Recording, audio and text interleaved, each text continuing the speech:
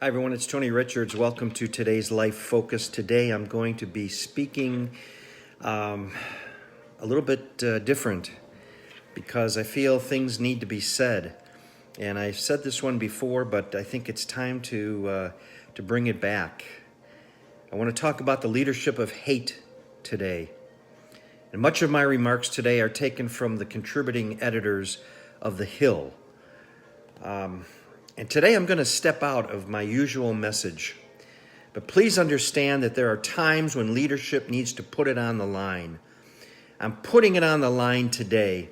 So here it goes. Two contagions are ravaging the United States.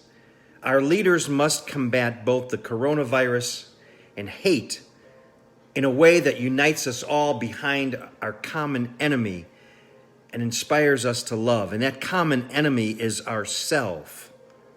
Global pandemics and hate have a history of rising and raging together, often both inflamed by the reckless rhetoric paddled by weak leaders who seek gain in dividing us. And I'm telling you today in America, in my opinion, we have very weak leadership at the top. Hate rears its head when irresponsible leaders exploit public uncertainty and fear in order to deflect blame and scapegoat minority groups. Today, this hate has been led and encouraged by insecure leaders whose furious and divisive rhetoric foments all the discrimination targeting communities of color. Unable to effectively attack the coronavirus, they will instead attack our own people. Hate can spread like the disease it accompanies if left unchecked. We see that hate in our own communities.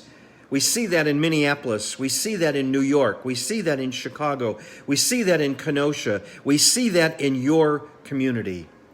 Responsible leaders and elected officials need to take action to stop this from happening.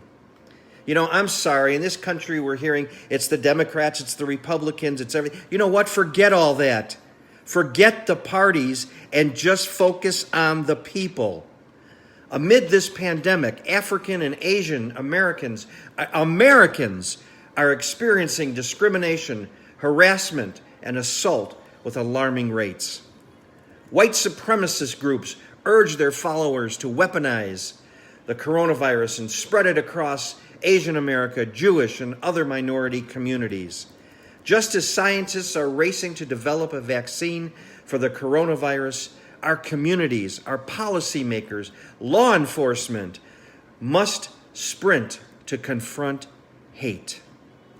Absent this public intervention, hate will pave the way for future racist policies and practices that simply deepen disparities and threaten the safety of families across this country. This is why, in the absence of responsible leaders, state attorneys generals have been taking decisive actions to protect our residents from hate. To the hate groups and all the others who promote racial or ethnic division, I simply say there is a place for you, and you will burn in hell. It's time, America, to say enough is enough. Let's all stand together with our brothers and sisters everywhere, regardless of color, regardless of religion, regardless of lifestyle choice, regardless of anything else, and say we are one people. This has got to stop. These are just grammar school games you play on a playground in a sandbox.